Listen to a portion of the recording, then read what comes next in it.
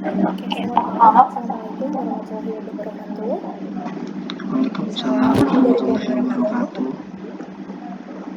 baik, kami dari kelompok 3 akan mempresentasikan mengenai tugas UTS kami, yaitu mengenai analisis dan identifikasi pengembangan sistem informasi SIAKAD Universitas Widyatama terhadap pengajuan formulir rencana studi atau biasa kita sebut dengan FRS untuk pengembangan lebih lanjut. Adapun dari kelompok 3, anggota kami yaitu saya sendiri, Anissa Indriani, kemudian saya, Nitya Karisma, Devi Deborah, dan juga Muhammad Raihan. Pada presentasi kali ini, ada 6 poin yang akan kami bahas. Yang pertama mengenai identitas kelompok dan juga field project, yang mana telah saya sampaikan sebelumnya. Kemudian review singkat mengenai mockup sebelumnya. Ketiga, mockup hasil revisi. Keempat, justifikasi perubahan desain UI terkait mengapa dilakukan perubahan, berdasarkan apa, dan juga apa dampaknya terhadap user experience. Yang kelima, refleksi atau evaluasi usability dari mockup baru. Dan yang keenam, rencana pengembangan selanjutnya apabila ada. Untuk selanjutnya akan dijelaskan oleh rekan saya Nivia, dipersilahkan. Baik, terima kasih sebelumnya untuk Teh Anissa. Di sini saya akan menjelaskan mengenai mockup sebelumnya di FRS ini ya. Jadi salah UI lama itu mahasiswa memilih mata kuliah itu secara manual sehingga tuh sering salah. Dan kalau misalkan salah itu, kita tuh harus menghubungi dosen wali secara langsung, tidak melalui sistem. Lalu yang kedua, tidak ada peringatan konflik jadwal, sehingga kita baru tahu bahwa ada jadwal yang bentrok itu pada saat pilih sesi. Lalu yang ketiga adalah revisi FRS tidak fleksibel. Nah, seperti yang disebutkan tadi, kenapa? Karena revisi FRS itu tidak melalui sistem, sehingga kita harus menemui dosen wali secara langsung. Selanjutnya, persetujuan dosen lambat karena tidak ada notifikasi, sehingga setiap FRS yang diajukan oleh mahasiswa itu mungkin tidak selalu dicek oleh dosen, sehingga akan lebih lama. Sedangkan bila ada notifikasi, dosen akan langsung ngeh kalau ada mahasiswa yang mengajukan FRS gitu. Lalu selanjutnya adalah tampilan membingungkan dan tidak ramah pengguna. Nah, untuk tampilan ini mungkin agak terlalu tidak user friendly ya, karena kita harus memfilter terlebih dahulu apabila ingin mengambil FRS yang akan kita ambil dari semester sekarang gitu. Lanjutnya, nah untuk selanjutnya untuk hasil revisi dari mockup yang sebelumnya akan dijelaskan oleh rekan saya Teh Devi. Baik, terima kasih untuk rekan Nivia. Saya akan menjelaskan terkait revisi yang kita lakukan. Terdapat beberapa fitur baru yang akan kami tampilkan pada presentasi kali ini. Yang pertama, filter otomatis berdasarkan prodi dan semester, indikator dan batas waktu, peringatan konflik jadwal pemilihan mata kuliah, kemudian revisi FRS sebelum pengajuan akhir, kemudian status notifikasi FRS yang jelas seperti menunggu, disetujui maupun ditolak. Nah, sebelumnya kita mau review dulu bagaimana sih tampilan sebelumnya pada pengajuan FRS yang ada di Widyatama. Itu sebelumnya tuh seperti ini, seperti yang ada di tampilan layar, yang dimana memang sudah cukup baik, sudah responsif, tetapi kami mencoba untuk mentransformasikannya dengan ide dan kreativitas kami, yaitu di mana kami menambahkan gambar yang menunjukkan itu adalah salah satu karakter yang bisa kami ciptakan dengan menampilkan gambar universitas, yang dimana mungkin ini bisa memberi daya tarik bagi setiap user dan cukup baik dan enak untuk dilihat. Dan tidak terlalu sulit kami membuat beberapa button yang mungkin bisa dan mudah dilakukan oleh user tersebut. Bisa di next. Nah, ini mockup sebelumnya yang terdapat dalam sistemnya mahasiswa, yaitu ada memang beberapa mata kuliah yang ditampilkan dan terdapat bentuk checklist tidak jauh beda dengan apa yang kami buat, cuman kita menambahkan button tutup dan kirim. Jadi kalau misalnya seandainya kita batal bisa atau belum siap untuk melakukan FRS, bisa kita tutup langsung. Beda dengan yang sebelumnya. Bisa di next.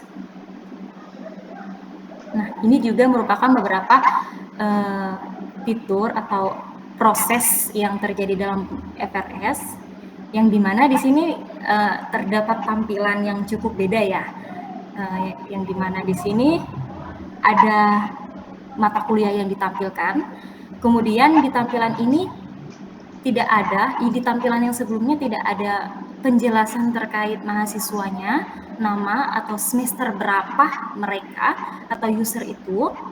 Sementara di revisi yang kami buat ini cukup komplit dan cukup mempermudah mahasiswa dengan menunjukkan nama, NPM, dan pada posisi berapa dia semester yang akan dia ambil. Jadi bisa langsung melakukan filter terhadap mata kuliah yang akan diambil. Kemudian itu terdapat proses jadwal FRS atau status FRS yang kita tambahin. Jadi ini sangat mempermudah mahasiswa gimana sih status yang mereka lakukan, apakah ditolak atau disetujui oleh dosen, karena itu penting sekali, jadi tidak membuat mahasiswa itu menunggu. Oke, boleh di next.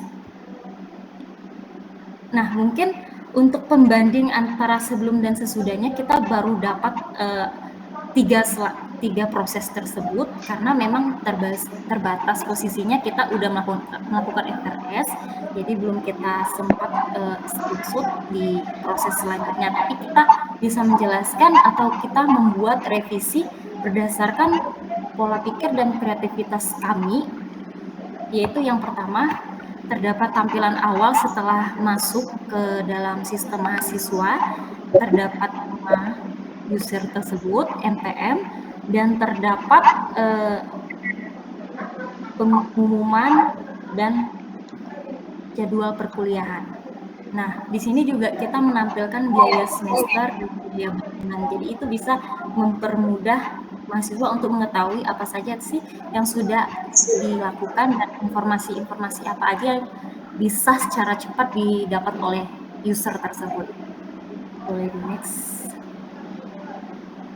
Nah, ini juga salah satu mock-up revisinya. Di sini mahasiswa tersebut belum melakukan proses revisi.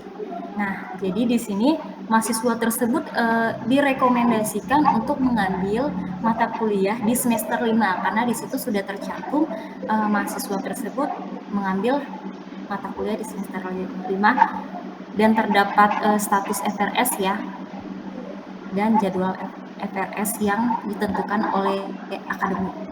Boleh di next.